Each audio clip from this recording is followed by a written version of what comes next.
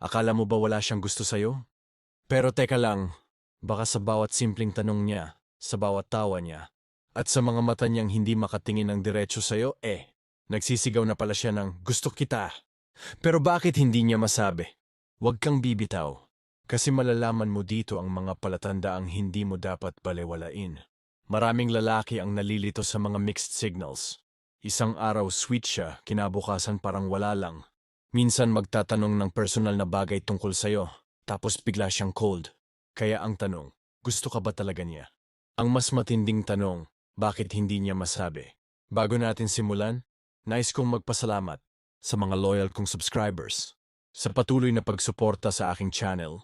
Kayo ang inspirasyon ko sa paggawa ng mga bagong content. Kung bago ka sa channel ko, comment mo na kung taga saan ka. Sa panahon ngayon, hindi lahat ng babae ay vocal.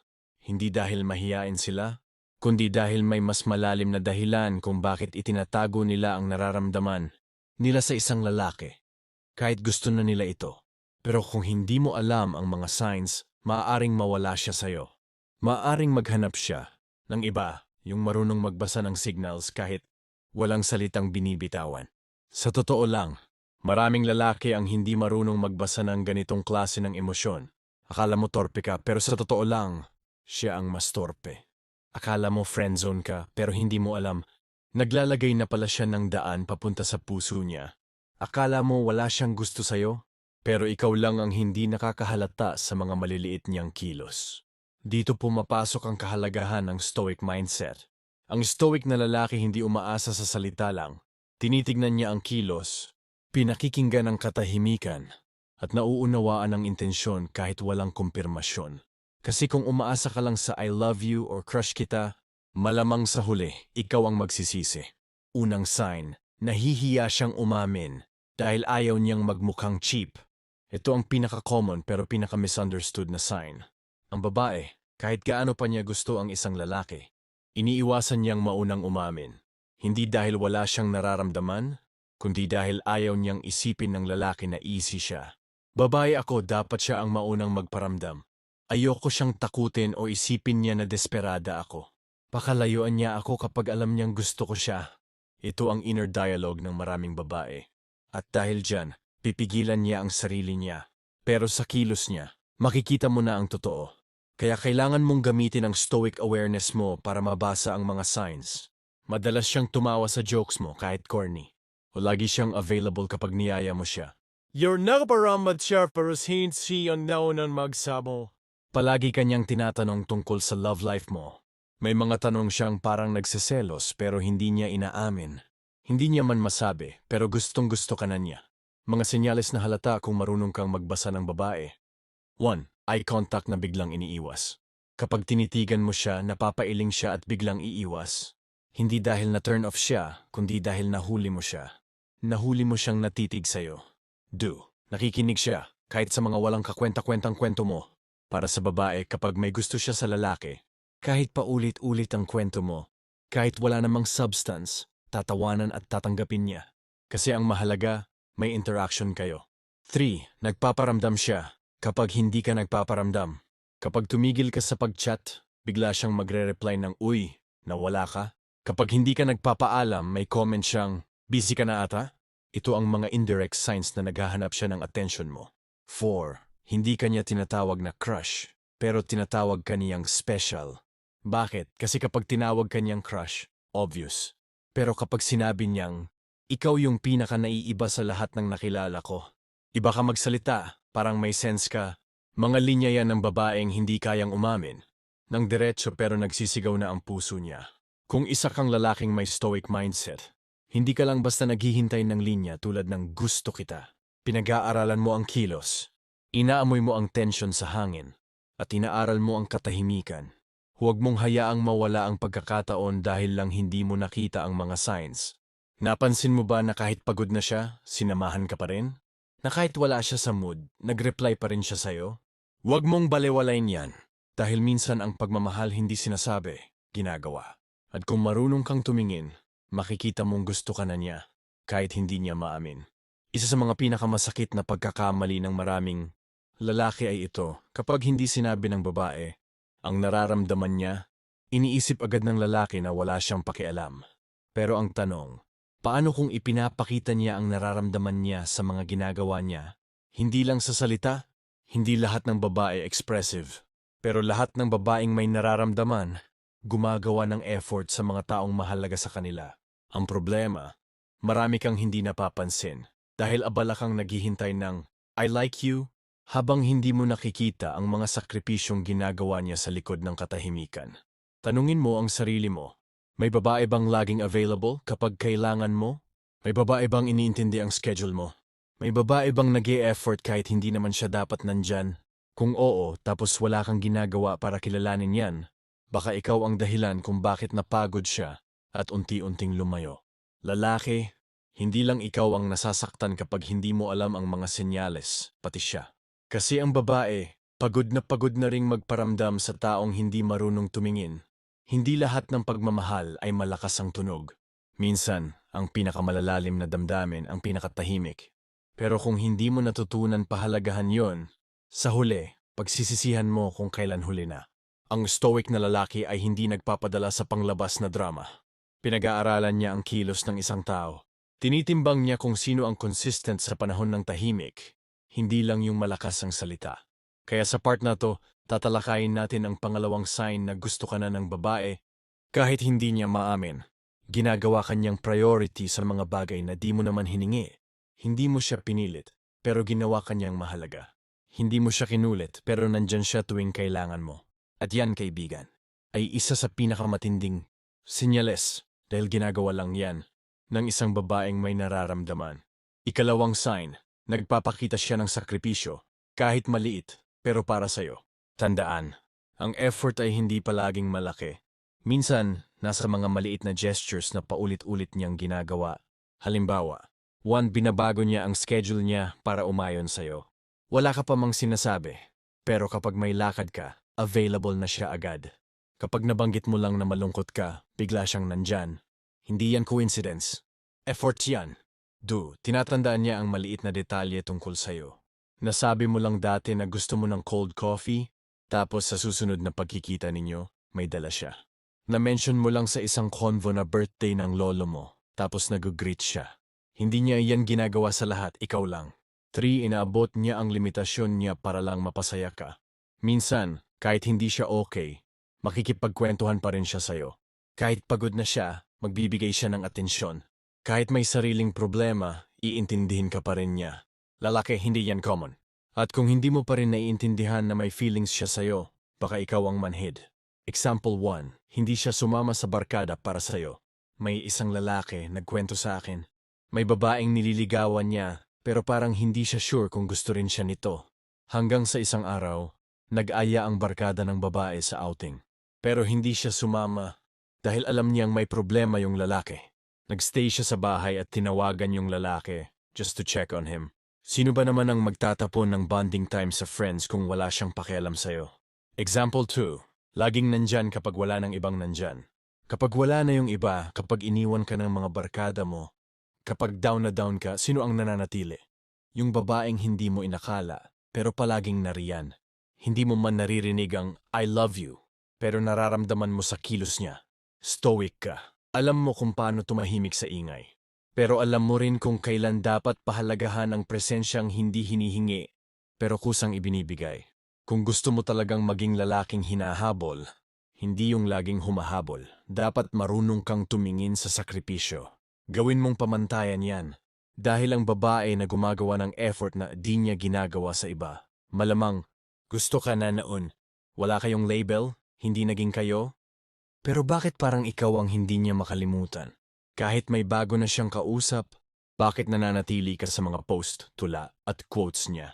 Bro, hindi mo kailangan ng kumpirmasyon. Dahil minsan, ang hindi niya kayang bitawan ay ang taong gusto niyang aminin pero hindi niya nagawang ilaban. Ilang beses ka na bang naka-experience ng ganito? Hindi naging kayo. Wala kayong malinaw na label, pero parang may something. Tapos kalaunan, unti-unti kayong lumayo o bigla na lang siyang nawala. Pero pagdating ng ilang buwan, taon, or after ng breakup niya sa iba, ikaw pa rin ang tinatawag niyang hindi ko makalimutan. Hindi ito fiction. Ito ang nangyayari kapag pinigilan ng babae ang nararamdaman niya sa'yo, pero sa loob-loob niya, ikaw ang talagang gusto niya. At dahil hindi niya ito na-express, walang closure, walang outlet. Kaya kahit wala kayong label, malalim ang iniwan mo. Alam mo bang minsan mas mahirap kalimutan ang taong hindi mo naging kayo kesa sa taong naging jowa mo? Bakit? Kasi yung taong naging jowa mo may closure. Pero yung hindi mo naging kayo, puro what ifs, puro bitin, puro hinanakit na hindi masabi. At kung lalaki kang hindi marunong tumingin sa mga ganitong senyales, baka paulit-ulit kang mawawala sa eksenang hindi mo alam na may epekto ka pa rin pala. Ang babae, kapag may malalim siyang nararamdaman sa isang lalaking hindi niya makuha, dinadala niya yun ng tahimik, pero matagal. At minsan, kahit ilang taon na ang lumipas, ikaw pa rin ang laman ng isip niya. Pero hindi niya sasabihin. Hindi niya aaminin. Dahil para sa kanya, pride is greater than feelings. Ganyan ang mga babae. Bilang isang stoic, hindi mo lang dapat basahin ang mga salita, kundi ang kilos, ang pattern, at ang pag-uugali. At sa case na ito, ang ikatlong senyales na gusto ka na niya kahit hindi niya maamin ay ito. Hindi siya makapag-move on sa'yo, kahit wala kayong naging malinaw na relasyon. Ito yung type ng babae na kapag may bago ka ng kausap, bigla siyang magpaparamdam. Kapag okay na ang buhay mo, bigla siyang magla-like sa post mo. Kapag binabanggit mo ang pangalan niya, nakikita mong may kilig pa rin siya. Hindi ka lang ex, hindi ka lang kaibigan. Ikaw ang unfinished chapter ng buhay niya. Ikatlong sign, hindi ka niya ma-let go, kahit wala ka namang ginagawang mali. Mga senyales. 1. Nagpaparamdam siya tuwing maganda na ang takbo ng buhay mo. Kapag may bago kang post na masaya ka na, bigla siyang nagla-like, nagre-react o nagko-comment. Hindi ito coincidence. Naapektuhan siya sa growth mo. Kasi deep inside gusto niyang siya pa rin ang kasama mo. Kinukumusta ka pa rin kahit matagal na kayong walang usap. Yung simpleng kumusta ka na? O naalala lang kita. Mga bitin na mensahe pero punong-puno ng emotion. Hindi niya ito ginagawa sa lahat. Sa'yo lang. Kasi hindi ka pa rin niya lubos na mapakawalan. 3. May mga posts siya na parang ikaw ang kausap. Yung mga quotes sa stories niya. Yung mga TikTok na parang may pinaparinggan. Yung mga I deserve better or yung akala mong wala kang halaga sa kanya. Alam mong ikaw yon. At kung marunong kang tumingin, ramdam mo na ikaw pa rin ang laman ng puso niya. Proof, real-life examples ng unspoken attachment. Example 1. Bumabalik siya, kahit matagal na kayo, walang communication. May isang lalaki, tinanong ko, "Kamusta na si girl?" Sabi niya, "Matagal na kaming walang usap eh." Pero bigla siyang nag-chat nung nakita niyang may bago na akong kadate. Coincidence ba yan? Hindi. Ang babae, kapag hindi pa talaga siya naka-move on, napipilitan siyang bumalik para lang maramdaman ulit ang presence mo. Example 2. Nagagalit siya kapag may bago ka, kahit wala kayong label noon. Wala kayong naging commitment. Pero nang nag-post ka ng ibang babae, nagbago ang behavior niya. Biglang cold. Biglang hindi ka na pinapansin. Pero kapag kinausap mo, ang sagot niya, "Wala lang, hindi ako apektado." Pero deep inside, gusto ka niya. At nasasaktan siya. Kung stoic kang lalaki, hindi ka manlalaro. Pero marunong kang magbasa. Hindi mo ginagamit ang damdamin ng babae, pero alam mong ang nararamdaman niya ay hindi mo dapat balewalain. Kung may babaeng hindi makamove on sa'yo kahit hindi naging kayo, huwag mong isnabin. Maring Miko mang lalaking talagang minahal niya kahit hindi niya naipakita ng buo. Sabi niya, "Kaibigan lang kita." Pero bakit hindi siya komportable kapag may ibang babae sa tabi mo? Bakit ang dami niyang tanong kung friend lang pala kayo? Lalaki, baka hindi lang ikaw ang hindi makaintindi. Baka siya rin, nalilito na sa sarili niyang nararamdaman. Maraming babae ang takot masaktan kaya inuuna ang salitang kaibigan. Pero hindi ibig sabihin noon na wala na silang nararamdaman. Ang problema, sa sobrang kalituhan ng lalaki, inaakala niyang wala siyang chance. Kaya habang sinasabi ng babae na kaibigan lang, ang lalaki naman naglalakad palayo. Bit-bit ang pagsisising hindi niya sinubukang intindihin. At yan ang dahilan kung bakit maraming what-ifs sa mga relasyon na hindi nabuo. Friendzone? Maybe. Pero pwedeng feelings na hindi niya kayang panindigan. Ito ang totoo. Ang babae kapag walang nararamdaman, hindi kikilos na parang may pagtingin. Hindi siya. Siya magiging jealous, magbibigay ng sobrang effort, magiging possessive. Magpapakita ng concern na lampas sa friend level. Kung sinasabi niyang friend ka lang, pero parang boyfriend ka ng ituring, huwag mong balewalain yan. Diyan marami ang nagkamali. Diyan maraming lalaki ang umalis. Hindi dahil ayaw nila, kundi dahil nalito sila sa sinasabi ng babae na hindi tugma sa kilos nito. Sa Stoicism, isa sa mga pinakamahalagang prinsipyo ay observe reality, not just words. Marami ang nadadala sa salita. Pero kung lalaki kang stoic, mas pinapakinggan mo ang kilos. Dahil doon naglalabas ng totoo ang isang tao, lalo na ang isang babaeng nagtatago ng nararamdaman.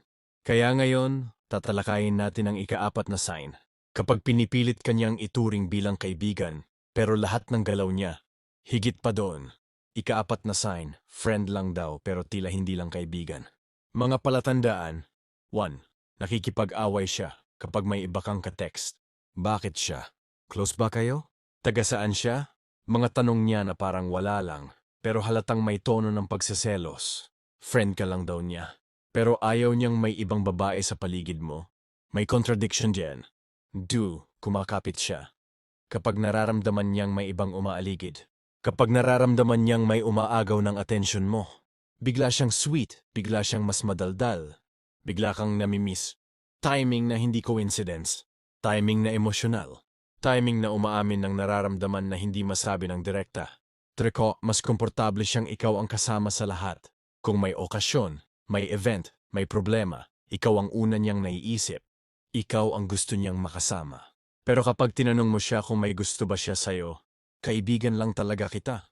Ang totoo, takot siya. Takot siyang masaktan. Takot siyang hindi mo masuklian. Kaya ginagamit niya ang salitang friend bilang proteksyon sa damdaming hindi niya kayang ilaban. Proof. Mga kwento ng pagmamahal sa likod ng salitang kaibigan. Example 1. Yung babaeng umaasta na girlfriend pero ayaw umamin. Si Mark, isang kaibigan ng Stoic community. Laging may kasamang babae. Close sila. Kulitan, tawagan gabi-gabi kasama sa mga lakad. Pero pag tinanong niya kung anong meron sa kanila, sagot ng babae, ayoko muna ng commitment. Masaya naman tayo kahit friends lang, di ba? Pero nung nagka-girlfriend si Mark, bigla siyang lumayo. Biglang umiwas. Alam ni Mark, hindi niya lang masabi. Pero mahal siya ng babae. Example 2. Yung babaeng nakikipag-compete sa ibang babae pero sinasabing wala siyang gusto sa'yo. May isang lalaki, si Carlo. Tuwing may babae siyang nilalapitan, yung kaibigan niyang babae biglang nagiging mas close sa kanya. Bigla itong nagpaparamdam, nagpapasama, nagpapansin. Pero tuwing tinatanong, ang sagot ay, concern lang ako sa'yo. As a friend. Pero hindi pala. Yung concern na yun may halong inggit. May halong takot na maagawan. At may halong nararamdaman na hindi lang niya kayang ilantad. Ika-5 sign, ikaw ang pamantayan niya sa lahat ng lalaki. Ngayon ito ang pinakamatindi. Kapag ang babae paulit-ulit kang ikinukumpara sa ibang lalaki, hindi dahil gusto niyang pintasan yung iba, kundi dahil ikaw ang pamantayan niya. Mga palatandaan, kahit gwapo siya, hindi siya kagaya mo magsalita. Masaya ako pero parang iba pa rin kapag ikaw ang kasama ko. Sana may lalaki rin kasing mature mo. Hindi niya sinasabing gusto ka niya pero ikaw ang iniisip niya habang kausap niya ang iba. Hindi niya sinasabi ng harapan pero lahat ng lalaki. Sinusukat niya base sa pagkatao mo. At pag ganyan ang ginagawa niya, lalaki ikaw ang hindi niya makalimutan. Ikaw ang gusto niyang piliin kung hindi lang siya natatakot. Hindi mo kailangang kulitin. Hindi mo kailangang pasayahin para mahalin. Kasi kung totoo ang nararamdaman ng babae para sa'yo, lalabas yun kahit pinipilit niyang itago. Ang trabaho mo bilang stoic na lalaki ay hindi para manghula, kundi maging aware. Basahin ang katawan ng babae, hindi lang ang bibig. Kilalanin ang galaw niya, hindi lang ang label. Kung nakita mo ang mga senyalis na to, hindi mo kailangang magmadali. Pero huwag ka ring manhid. Panatilihin mong mataas ang standards mo. Panatilihin mong kalmado ang emosyon mo. At hayaan mong ang babae mismo ang mapagtanto na ikaw pala talaga ang gusto niya. Kung napanood mo ang buong series ng 5 Signs na gusto ka na ng babae, hindi niya lang maamin. Congratulations. Hindi ito tungkol sa pagiging player. Hindi ito tungkol sa pangungulit. At lalong hindi ito tungkol sa pagiging assuming. Ito ay tungkol sa pagkakaroon ng mata na marunong tumingin at puso na marunong maghintay ng may dangal. Sa Stoicism, Hindi tayo natatakot sa rejection. Hindi tayo nagmamakaawa sa atensyon. Ang meron tayo ay awareness, self-control, at charisma na hindi nangangailangan ng validation. Kung nakuha mo ang value na gusto mong marinig dito, mag-comment ka sa baba ng "Ako yung hindi niya inamin pero gusto pala niya." And huwag mong kalimutang mag-subscribe, share ito sa tropa mong manhid, at like ang video na to para mas marami pang lalaking matutong magbasa ng totoong intensyon ng babae. Hindi lang ang sinasabi ng bibig nila,